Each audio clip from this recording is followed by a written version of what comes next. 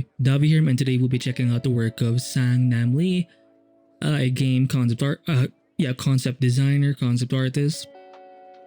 And this guy or this chick also has a very similar style to the last artist we reviewed yesterday, Kim Hee-ji.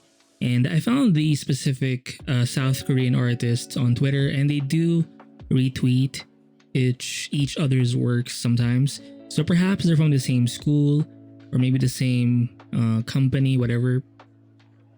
And it's so interesting because they do have a very similar style, like the way their art or paintings or illustrations look in the end. It looks very detailed, very finished, very rendered, and I think it's a distinct way of doing things. And given that in the end they all look somewhat similar, I would assume they have a similar process as well, especially in the way they, not just in the design process, but also the rendering. Because I think that's what really makes these character concept arts or concept art illustrations kind of really pop out. It's the rendering. Obviously, the face, you need to draw pretty characters and such, but what really caught my attention was the rendering level. Now in the case of Sang Nam Lee, I'm actually glad because in their Twitter profile or X profile, they do have way more sketches and somewhat like studies, behind the scenes stuff.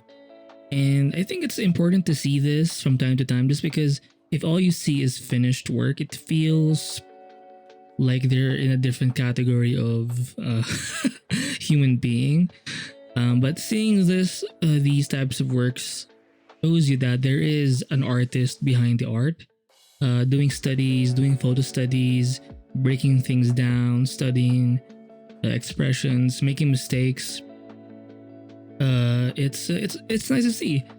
Now this is a dragon study, I believe, and I do like, again, the way they render. If you look at the paint or the rendering, I think it's underneath the initial sketch or pencil sketch. There's hardly any texture involved, so I'm guessing they're just using basic default brushes. And I think that's also a very key factor, that a very key distinct thing that connects all of these specific artists together, is that they don't really use a lot of special effects, especially when it comes to their brushwork in their portfolio. So that's they just like painting it or rendering it to this level. And I think in a way, as much as it's very intricate and very detailed, it still looks clean. And I think having basic brushes really is going to be helpful in achieving that balance between having these super intricate designs plus having a very clean, presentable paintings or illustrations. And I think that's also a key thing that really kind of makes them unique, or these specific artists, is that their works are very presentable, very finished looking. Even if there's no background, even if it's just a white plain background, it still carries, and you can't help yourself to look at it. What? You get my point. It's hard not to look at, basically. So let's just see more of their sketches here. It's just nice to see. So lots of pencil sketches, exploring gestures. This is Gojo, I believe. Gojo from the Jujutsu Kaisen anime. I mean, when it comes to the proportions of the face, it's very manhwa. Obviously, they're South Korean, so they do tend to draw the face, illustrate the faces, the heads in a similar way. Just go to any site that has manhwa, manga, or comics, and you'll see that there is a distinct look, a distinct style, even in Kim Jung-gi's work. Well, maybe not Kim Jung-gi. Miss Jisoo, she's part of the Super Annie team, I think. They do tend to draw the face, it has a very pretty boy, pretty girl type of aesthetic, like e-boy, e-girl vibe. So there's that. But yeah, I'm really glad that they in the case of Sam here, is it Sam or Sang? Sang, they do post their more behind the scenes stuff. And in this case, I do notice that there is some AI art here. And when it comes to AI kind of generated artwork, you don't have to really judge it in terms of, I mean, you can judge it based on the outcome, on the output. If it looks pretty, then you can always find a way to extract from it. So in this case, I think he was or she was doing perhaps a color study, a composition study, and I'm guessing there's a bit of rendering here in the folds. So maybe they're trying to find, just study how folds work, how it reacts to lighting and such. So you don't have to be so like strict with not using AI art. I mean, obviously I don't recommend. I mean, maybe if it's a part of your process, I won't judge you, but if you're doing it for studies, I think it really helps. Or for reference, I think it's there anyway. So what's the point of trying to be pure and yeah. But yeah, I think it also helps. It shows you that you do need to use references because it's hard to come up with things from purely imagination. And even if you do things from imagination, it's going to be based on your experience, right? And what better way to gain experience by having references with you so you can actually reference and make sure that your designs or concepts are based on something real and solid, right? So yeah, you definitely need to do more of these behind the scenes. And by you, I mean also me.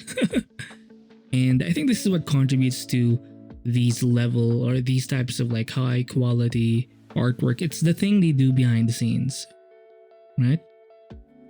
So we'll look at more of the sketches and then we'll go into each of the more detailed illustrations. So a lot of figure studies, obviously, some lighting studies here in this mannequin.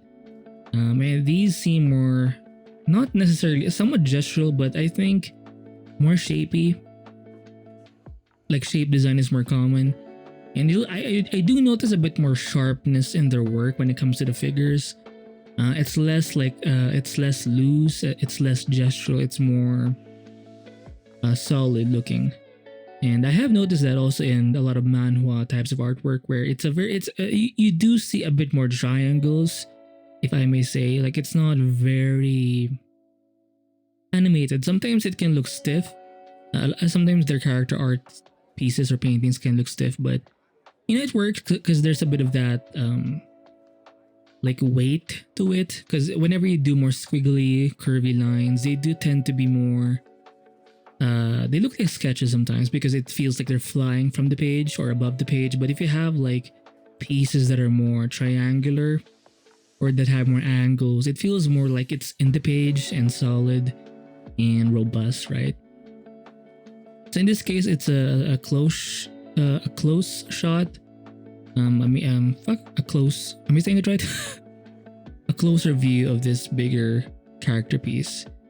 So lots of things happening here. I do like, well, everything, but obviously I think we're going to focus more on the details here. Now you can actually see the pencil sketch in the beginning. Maybe that is the initial sketch, or maybe that's the more refined sketch you do after the initial sketch.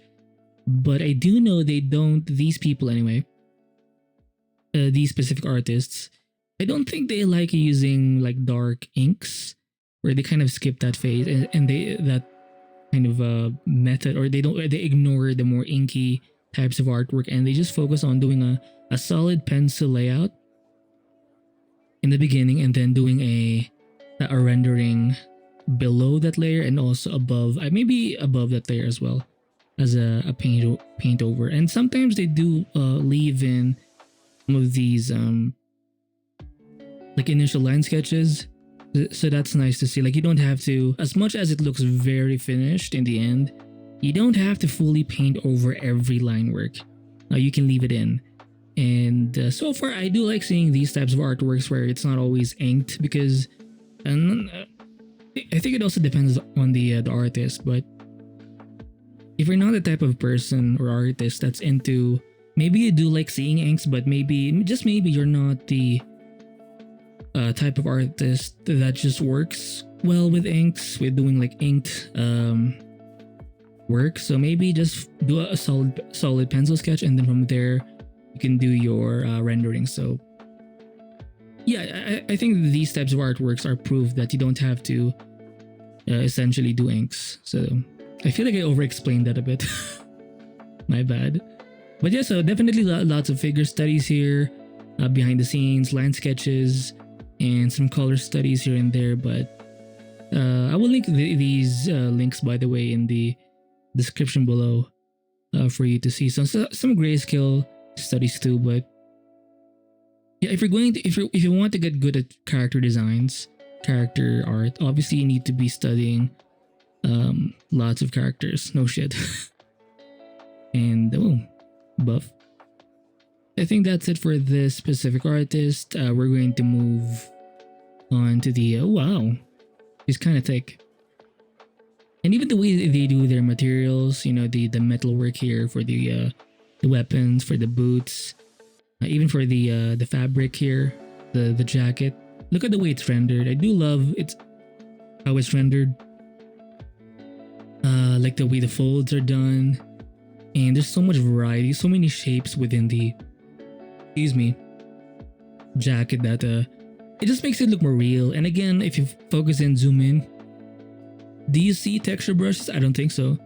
I think it's just a basic brush with maybe the occasional soft brush. Maybe there's some noise too in the end, so maybe they do an overlay layer or something to add some noise to kind of tie everything together, because it's not fully smooth. It looks kind of grainy to an extent, so maybe they're adding a bit of slight noise in the end. And again, look at how you can sometimes still see the pencil line sketch or line work. I mean, can you classify it as line work if it's not inked? Maybe, because it is fairly like solid and clean. Like if you look at the the asset here, it's interesting that this art is left in the line, right? I would assume you would just leave it rendered and let the light change, dictate where things begin and where things end. In this case being the left boob from the right boob, right? But yeah, it shows you that, you know, you can leave the pencil, the initial or the final sketch line work in, and it can actually go well with some solid painterly, or with this kind of rendering style. I do love the reflected lighting here, and I do see a lot of like the way it's rendered. It's very realistic, and it really goes well with the character art style. You know, with the face, with the body, with the even the weapon design, and obviously the entire composition of this character. It all fits together, and it looks nice, right? And they do tend to keep their colors very simple. For in this case, it's in the warmer tone, and you have like one major accent color. It's going to be this fabric right here.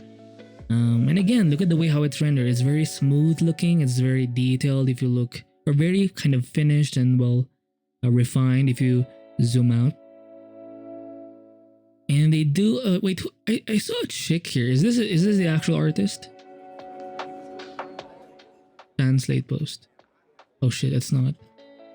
It's a reference photo of what? I'm not sure, but anyway. But yeah, basically make sure you have reference photos. So don't be afraid. If you want to reach this level of dominance, dominance hierarchy, you need references. So I think if you're not into using references, you're not gonna make it. And yeah, basically use references, do a lot of studies, figure drawing, figure painting and such, with line work, pencil sketches, renderings, color studies, right? Now this one doesn't have a white background. It seems more like there's something in the background, and well, there's a bit of white background there, but it's more of a like a 3D popping effect, right? But look at how this thing is rendered. Oh, we have another one here. Oh, is this a different piece? Oh, same piece, but it's more complete. And then this is the cutout version. That's interesting. So this is the initial line sketch. Maybe not the actual initial line sketch, but it's more of the refined pencil line sketch or drawing.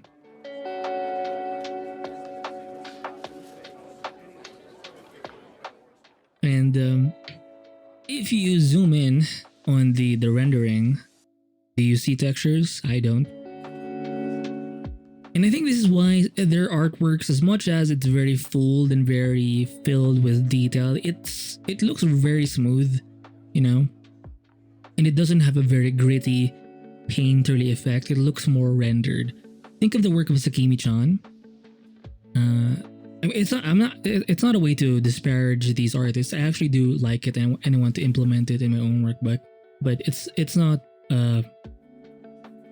I don't see the textures. It's just like a very smooth way of doing things, but it still looks nice. So if you want to keep things simple and not worry about, you know, texture brushes and stuff like that, you can focus on trying to do these kinds of well, let's go back, because if you look at the line sketch or line drawing, the pencil one, again, it still shows through and it's not always clean, not always perfect, but if you pair that with some nice rendering, it's going to look amazing. I mean, look at the way the folds are done here. I mean, come on. The gloves, the face rendering, even the way the light spots are done, like how it fades out, the edge control, it looks amazing.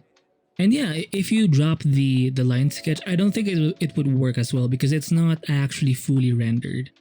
And I think that's a secret. It has to have the line work in, or else it's going to look not as... It's going to probably look a bit muddy, so... Yeah, so you're kind of doing two things here that's saving time. You don't have to follow like an entire intricate process. You can just do a somewhat solid pencil sketch or drawing. And then from there you can paint under it, render rather, under it. To this extent, and both can actually work together pretty well. So that's something that I think I can try eventually. And again, this piece is more cold, or it's in the cooler temperature zone.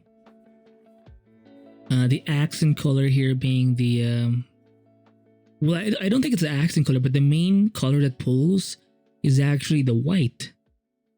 As much as you see some pinks here or some purple pinks with some blue, they're from the same, like, they're analogous, I guess. That's hopefully I'm saying it right, or hopefully I'm using the right term there. But is this an animal? I'm not sure, but well, a bit of texture here, but it's more painted in, or it's maybe a photo texture. Who knows? But again, it looks very smooth, very smooth. If you zoom in, you can still see some line work. Right? It looks like pencil or some kind of brush that has a bit of opacity. Now look, if you look at this detail right here, you can still see some overlapping lines and such, and I think it has a certain appeal.